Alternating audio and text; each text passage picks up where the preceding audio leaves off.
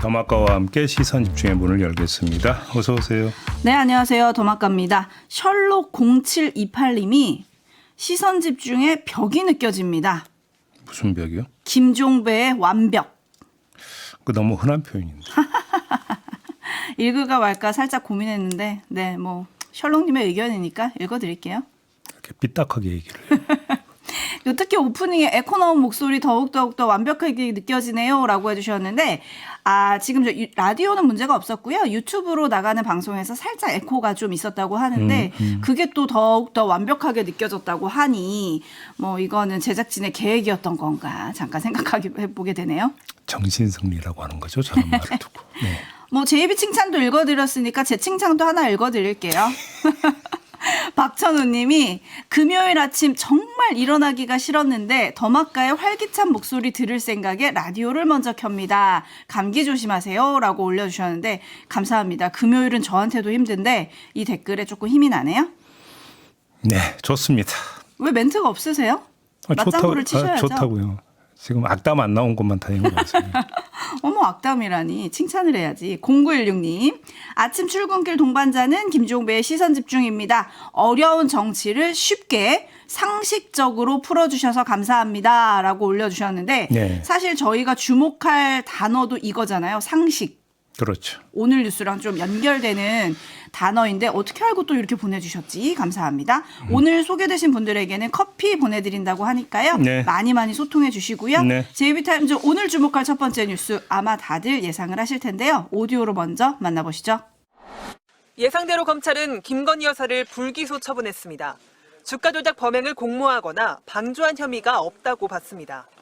김 여사가 권오수 전 도이치모터스 회장을 믿고 수익을 얻으려고 계좌 관리를 맡긴 것일 뿐 범행을 알지 못했다는 게 검찰 결론입니다. 네, 뭐 4시간 동안 백브리핑 했다면서요? 네, 사상 초유의 일인 것 같습니다. 그러네. PPT만 뭐 무려 180개가 넘었다고 하죠. 검찰이 준비한 게. 어차피 이거 다 따라가기에는 물리적으로 불가능한 거고 그러면 종일 방송해야 되는 거 아닙니까? 딱 하나만 뽑아서 말씀을 드리겠는데요.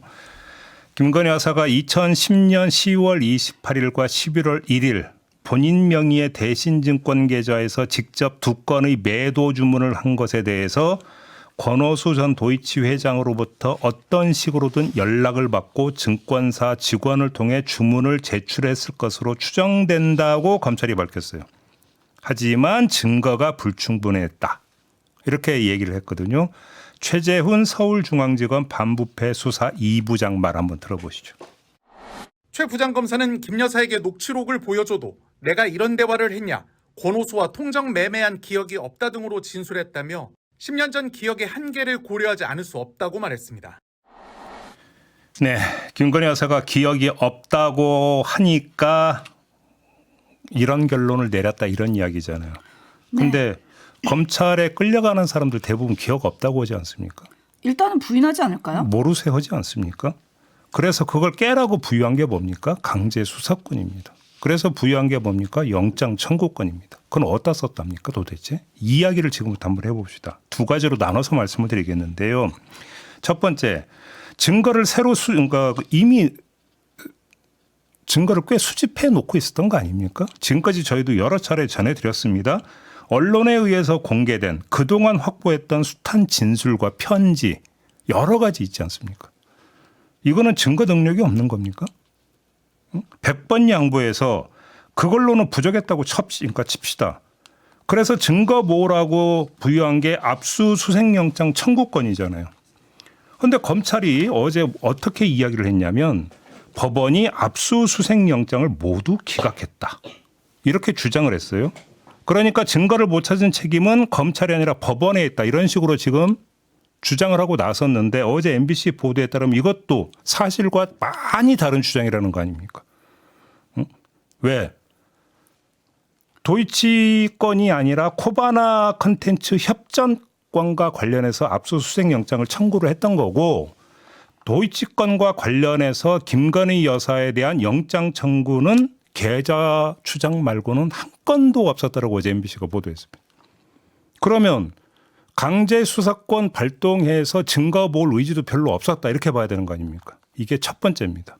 두 번째, 이번에는 100번이 아니라 1000번 양보해서 말씀을 드리겠는데요. 그냥 그거 다 그렇다고 칩시다. 그래도 방법이 없었을까요? 법원은 제가 조금 전에 말씀을 드렸던 2건의 매도 주문 이걸 포함해서 이 대신증권 계좌에서 발생한 총 12건의 통정 매매가 시세 조정에 해당한다면서 이에 관여한 권오수 전 도이치 회장에게 유죄 판결을 이미 내렸어요. 아니 그러면 김건희 여사도 일단 기소를 해서 법원의 판단을 구해볼 수도 있는 거 아닙니까? 왜 이것도 안 합니까? 증거가 부족했던 게 아니라 뭐가 부족했다고 봐야 되는 겁니까? 의지가 부족했다. 이렇게밖에는 볼 수가 없는 거 아니겠습니까? 제 진단은 여기까지만 하고요. 나머지는 뒤에 이어지는 인터뷰에서 한번 이야기를 해보도록 하겠습니다. 네, 가는 날이 곰팡이님 선거 끝나니까 바로 발표했네요 라고 시점을 좀 주목을 해주셨고, 담쟁이 넝쿨님 종점을 정하고 열심히 달리는 노선버스 같습니다. 누가? 검찰이. 이렇다는 얘기인 것 같아요. 그리고 아침 이슬님 혹시나 했는데 역시나더군요. 어제는 검찰의 사망의 날처럼 느껴졌습니다 라고 올려주셨고, 8294님 모르면 무죄인가요? 라고 물음표. 3149님 특정인의 처벌을 바라거나 정권이 흔들리는 건 국민의 한 사람으로서 바라지 않습니다. 다만 이런 판결들이 쌓이고 쌓여 혹여라도 추후에 다른 곳에서 형평성 문제가 생기지 않을까 걱정입니다. 네. 알겠습니다. 그리고 이제 수사 결론이 나왔으니까 한 분의 이야기를 다시 상기를 해야 될 때가 되지 않았습니까? 그 한 분의 이야기가 누구의 이야기입니까? 한동훈 국민의힘 대표의 이야기입니다. 뭐라고 했었습니까? 국민이 납득할 만한 수사 결과를 내놔야 된다고 이야기를 한 바가 있었습니다. 네. 근데 수사 결과가 나왔습니다. 그러면 한동훈 대표는 어떻게 평가를 했을까요? 궁금하지 않습니까? 들어보시죠. 수사 기록을 다 알 수 없으니 뭐라고 판단하기는 어렵습니다만 오늘 검찰의 설명이 국민이 납득하실 수 있을 정도인지 지켜볼 필요가 있다라고 생각합니다. 네, 외부에서 수사 기록을 다 알 수 없으니 판단하기 어렵다. 검찰의 설명이 국민이 납득할 수 있을 정도인지 지켜볼 필요가 있다. 이렇게 이야기를 했는데 수사 기록을 다 알 수 없는 건 국민이 더하죠. 접근이 아예 안 되는 거 아니겠습니까? 그렇죠. 언론을 통한 것 이외에는. 그런데도 한동훈 대표는 그 전부터 국민이 납득할 수준을 계속 강조를 해오지 않았습니까? 그러면 국민의 납득의 준거가 뭐가 되는 겁니까? 수사 기록이 아니라 그리고 법리가 아니라 뭐가 된다라는 겁니까? 상식이 된다라고 깔고 지금 그 전에 계속 얘기를 했다고 봐야 되는 거 아니겠습니까? 그러면 아니 한동훈 대표도 상식이 있을 거 아닙니까? 예? 그냥 본인이 납득하는지 납득하지 못하는지 얘기하면 되는 거 아닙니까? 근데 왜 납득할 수 있을 정도인지 지켜볼 필요가 있다. 이렇게 애둘러 갑니까? 직진 코스 놔두고? 이 말씀도 함께 드리겠습니다. 네, 근데 어제 또 비공개 지도부 회의에서는 물론 도이치 건이 아니고 명태균 씨와 김재원 최고위원의 설전에 대해서 한 말이기는 한데 이렇게 얘기를 했다고 해요. 한동훈 대표가 국민적 의혹에 대해 해소하는 것도 수사기관이 할 일이다. 아니 그러니까 의혹이 해소가 안 된 거 아닙니까? 어제 수사 결과는? 그러면 국민이 납득 못하는 거 아닙니까? 그러면 국민이 납득 못한다고 평가 내리면 되는 거 아닙니까? 근데 뭘 지켜봅니까? 참고로 네. 또 다른 검찰 출신이자 김용남 전 의원은 한 방송에서 이렇게 얘기를 했다고 하고요. 다 그렇다고 쳐도 검찰의 설명대로 다 그렇다고 쳐도 김건희 여사가 계좌를 권오수 전 회장에게 맡긴 게 4개인데 권오수 회장이 누구냐? 도이치모터스 회장이다. 그러면 회사 내부자에게 계좌를 맡겨서 거래를 했으면 최소한 내부자 거래라도 기소를 했어야 하는 거 아니냐? 이런 얘기를 하긴 하더라고요. 그분은 검사 출신 아닙니까? 네. 그러니까요. 8182님 끊었던 혈압약 다시 복용해야 할 것 같습니다. 요게 이제 국민들의 반응이라는 걸 한동훈 대표가 전에 들으실 텐데 다음 행동이 나올지 다음 말이 뭐가 나올지 궁금한데요. JB타임즈 뭐 연관된 뉴스긴 하죠. 다음 주목할 뉴스 전해주시죠. 재보선 결과가 나온 직후에 대통령실이 입장을 냈습니다. 어려움이 있더라도 4대 개혁과 저출생 극복 등 개혁 방안을 흔들림 없이 추진해 미래로 나아가겠다. 부족한 부분은 국민의 뜻을 받아들여 바꿔나가겠다. 이런 내용이었는데요. 한동훈 대표도 입장을 밝혔습니다. 한번 이건 직접 들어보시죠. 김건희 여사 관련 일들로 모든 정치 이슈가 덮이는 것이 반복되면서 우리 정부의 개혁 추진들이 국민의 호응을 얻지 못하고 있습니다. 첫째, 김 여사 관련 대통령실 인적 쇄신 반드시 그리고 시급하게 필요합니다. 둘째, 김 여사가 대선 당시 약속한 대로 대화 활동 중단해야 합니다. 셋째, 나아가 제기되는 의혹들에 대해서 솔직하게 설명드리고 의혹을 규명하기 위한 필요한 절차가 있다면 적극적으로 협조해야 합니다. 자, 일단 먼저 확인되는 게 용산과 한동훈 대표의 입장차입니다. 이게 확연히 드러나는데요. 용산은 4대 개혁을 앞세우고 있지 않습니까? 한데 한동훈 대표는 4대 개혁의 선결 과제를 앞세우고 있습니다. 그러면서 그 선결 과제가 뭐라는 겁니까? 김건희 여사 문제 해결이라는 겁니다. 입장차가 확연히 드러나고 있죠. 이 점을 말씀을 드리고, 그러면 김건희 여사 문제를 어떻게 해결할 것인가, 이거에 대해서 3대 요구 조건을 내건 건데, 여기서 제가 주목한 게 마지막 세 번째 부분입니다. 의혹 규명 절차에 적극적으로 협조해야 한다. 이렇게 지금 주문을 했습니다. 네. 자, 이 주장은 듣기에 따라서는 수사기관 또는 특검의 수사에 적극 협조하라는 뜻으로 해석할 수 있습니다만, 제가 볼 때는 과잉 해석입니다. 이건 왜 과잉 해석이냐? 우물가에서 숭늉창녕 격이기 때문에 그렇습니다. 수사기관의 수사는 어제 끝나지 않았습니까? 그렇죠. 검찰 수사 끝났잖아요. 결론 냈잖아요. 그러면 그 다음에 남는 의혹을 규명하기 위해 필요한 절차라고 하는 게 특검인데, 특검 한동훈 대표가 지금 동의하고 있습니까? 받아들이고 있습니까? 그래서 필요한 절차가 있다면이라고 한 거 아닐까요? 아니, 그러면 최소한 특검에 대해서 본인의 어떤 그 입장을 먼저 내놓으면서 이런 얘기를 해야 되는 거고요. 그래서 제가 볼 때는 검찰 수사도 아니고 특검 수사도 아닌 것 같고, 그럼 뭐가 있을까를 한번 찾아봤어요. 그랬더니 하나 있더라고요. 그게 뭐냐? 엊그제 국회 운영위원회에서 민주당 주도로 김건희 여사와 명태균 씨 등을 감사 증인으로 채택을 했어요. 그러면 최소한 여기에라도 그러면 출석을 해서 의혹에 대해서 성심성의껏 소상히 설명하라, 이런 뜻으로 봐야 될까 싶었는데 이것도 아니더라고요. 왜? 증인 채택할 때 국민의힘 의원들은 모두 퇴장해버렸거든요.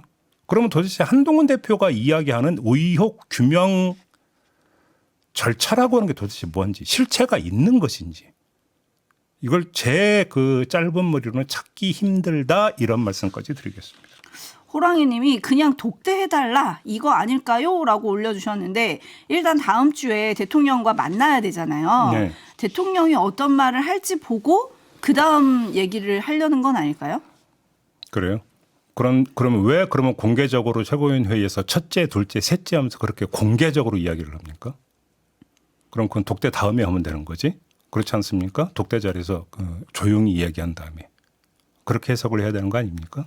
네. 이 궁금증은 잠시 후에 신지우 국민의힘 전략기획 부총장과의 인터뷰에서 좀 풀어보도록 하겠습니다. 계속 시선 집중해 주시고요. JB타임즈 다음 주목할 뉴스는요? 명태균 씨가 김건희 여사와의 카톡 대화에 나오는 오빠에 대해서 말을 바꿨습니다. 친오빠, 윤석열 대통령, 그 사이에서 오락가락하고 있는데, 어제는 유튜브 채널 정규제 TV에서 이 오빠는 친오빠다, 또 이렇게 주장을 했어요. 엊그제는 분명히 기자한테 맥락을 봐 대통령이지라고 했는데요. 그러니까요. 김 여사가 저에 대해 신뢰하는 부분을 보여주기 위해서 올린 것이다, 이런 설명도 함께 했다고 하는데, 자기가 오락가락한 게 아니라 언론이 받아들이고 싶은 대로 받아들인 것이다, 이런 주장도 함께 했다고 합니다. 언론 탓이다. 네. 도대체 진실이 뭘까요? 자, 이거 하나만 짚겠습니다. 명태균 씨가 카톡 대화를 올리면서 한 말이 있었습니다. 그 문제의 카톡 대화를. 네. 김재원 씨의 강력한 요청으로 알려드린다. 재원아, 너희 새치어 때문에 보수가 또 망하는구나. 이러면서 그 카톡 대화 캡처본을 올렸거든요. 여기서 한번 반문해 봅시다. 정말 그 카톡 속의 오빠가 친오빠라면 그 카톡 캡처본을 올리면서 보수가 망하는구라는 얘기를 뭐하러 합니까? 그러면 김건희 여사가 자기 친오빠를 향해서 철없다, 무식하다 이렇게 욕한 거잖아요. 그러면 그건 보수하고는 상관없죠. 보수가 망하는 게 아니라 뭐가 망하는 겁니까? 집안이 망하는 거지. 그런데 보수가 또 망하는구나라는 얘기는 왜 합니까? 응? 혹시 그럼 이런 뜻일까요? 세간의 추측대로 그 오빠가 친오빠라면 국정농단에 해당하는 것이기 때문에 보수가 망한다, 이렇게 봤던 겁니까? 제가 지금 그거 여쭤보려고 그랬는데. 네. 해석할 방법은 이거밖에 없는 거 아니겠습니까? 이런 취지로 지금 올린 겁니까? 오빠가 국정농단 했다, 국정에 이것저것 개입했다, 이 뜻을 깔고 지금 그 카톡 캡처본 올렸다, 이렇게 이해하면 되는 겁니까? 대답할까요? 아무튼 이 오빠 찾기에까지 저희가 이렇게 신경을 써야 되니 참 답답할 노릇인데, 근데 또 주목해야 될 거는 여론조사 관련한 의혹들이 추가로 제기가 되고 있다는 점이 좀 주목이 됩니다. 네, 어제 또 나온 게 있습니다. 명태균 씨와 강혜경 씨의 통화 녹취록 내용인데, 명태균 씨가 대선을 열흘 앞둔 2022년 2월 28일 강혜경 씨에게 지금부터 매일 선거일까지 여론조사를 돌린다. 돈은 모자라면 미래한국연구소 소장에게 얘기해서 세 사람한테 받아오면 된다 이러면서 실명도 얘기를 해요. 내가 그거 그러니까 여론조사 돌린다고 다 공지했다. 공지 대상이 아마 이 세 사람을 이야기하는 것 같습니다. 이런 말을 지금 합니다. 이에 따라서 미래한국연구소가 2월 28일부터 3월 8일까지 매일 적게는 600만 원, 많게는 1,200만 원을 들여서 대선 면밀 여론조사를 진행을 했는데, 강혜경 씨는 이 여론조사가 윤석열 후보에게 보고되기 위한 것이다. 이렇게 막 밝혔다고 합니다. 자, 명 씨가 말한 세 사람 가운데 대구시 의원 예비후보 기혁 씨, 그다음에 경북 고령군수 예비후보 니은 씨가 포함이 되어 있는데, 이들은 현금으로 1,000만 원씩 6차례에 걸쳐서 각각 6천만 원, 도합 1억 2천만 원을 실제로 건넸다고 하고요. 두 사람은 2022년 6월 지방선거에서 근데 공천을 받지를 못했다고 합니다. 이것 때문인지 이후 이들은 여러 차례 돈을 돌려달라고 요구를 했고, 그래서 김영선 전 의원이 2022년 7월 29일 선거관리위원회로부터 선거운동 비용, 자기의 이제 선거운동 비용이겠죠. 이걸 보전받아서 이 두 사람에게 각각 3천만 원씩 돌려줬고, 남은 돈 6천만 원도 김영선 전 의원실이 미래한국연구소에 공보물 비용을 주는 형식으로 계좌 이체를 했다고 하고요. 미래한국연구소가 이를 다시 두 사람에게 전달을 했다. 이런 이야기가 어제 나왔습니다. 네, 그러니까 쉽게 한 줄로 정리를 하면 명태균 씨가 이제 예비 후보들한테 뒷돈을 받아서 이걸 돌리고 김영선 의원이 대신 갚았다. 이렇게 되는 거죠? 그렇죠. 그러면 여기서 지금 제기되는 문제는 두 가지가 있습니다. 첫째는 그러면 또 지방선거 공천 개입 의혹이 또 따라붙게 되는 겁니다. 그렇죠. 비록 어떤 공천은 받지 못했다 탈락했다고 하더라도 하더라도 과정에서 명태균 씨가 어떻게 했는가는 지금 반드시 규명이 되는 대상이 돼버립니다. 두 번째, 강혜경 씨는 이 여론조사가 윤석열 후보를 위한 것이라고 했습니다. 근데 돈은 누가 대신 갚아준 겁니까? 김영선 의원? 김영선 전 의원이 갚아준 거잖아요. 지금 이 그 보도에 따르면. 그렇게 되면 어떻게 되는 겁니까? 정치자금법 위반 문제가 다시 불거진다는 겁니다. 이 두 가지가 핵심이다. 이 말씀을 드리겠습니다. 네, 이 보도와 관련해서 명태균 씨가 한겨레 20일 기자의 전화는 받았나 봐요. 그 보도에 따르면 그거에 대해서, 그러니까 여기 돈이요. 돈에 대해서 전혀 모른다. 내가 그 돈을 본 적도 없고 10원도 받은 적이 없다. 내가 돈을 받아오라고 했다면 돈을 받을 게 있어서 받으러 가라 했을 것이다. 그 돈은 강혜경 씨가 이미 김영선 전 의원이 받았다고 얘기했다. 그래요. 미래한국연구소 자신은 관계가 없다고 계속 일관되게 주장하고 있는 본인이 게, 하는 네. 회사가 아니고 거기는 김모모 씨라고 그러니까요. 소장이 따로 있다라고 얘기를 하죠. 네. 짧게 한 소식만 더 전해드려야 될 것 같은데요. 어제 한 온라인 커뮤니티에 사진 한 장이 올라왔습니다. 서울 중구 주한 스웨덴 대사관 앞에서 보수단체 회원들로 알려진 20여 명의 시민들이 플래카드를 세우고 시위하는 사진이었는데, 플래카드 문구가 어떤 것이었냐면 대한민국 역사 왜곡 작가 노벨상, 대한민국 적화 부역 스웨덴 한림은 규탄한다. 이런 내용이었습니다. 이 시위는 지난 14일 그러니까 있었다고 하는데요. 한 회원은 역사를 왜곡한 것을 노벨상 주는 건 말이 안 된다. 정말 분하다. 이렇게 말했다고 하고요. 이들은 스웨덴 대사관이 한강 작가의 문제를 자국 정부에 건의해서 한강의 노벨 문학상을 반려해 줄 것을 촉구한다라고 했다고 하는데요. 이것도 표현의 자유라고 치겠습니다만 그 표현의 자유를 구가하는 그 바탕에 뭐가 있느냐? 그들이 그렇게 부정하는 5.18 광주 민주화 운동이 있다. 이 점만 상기시켜드리면서 JB타임스 마무리하겠습니다. 담화가 수고하셨습니다. 고맙습니다.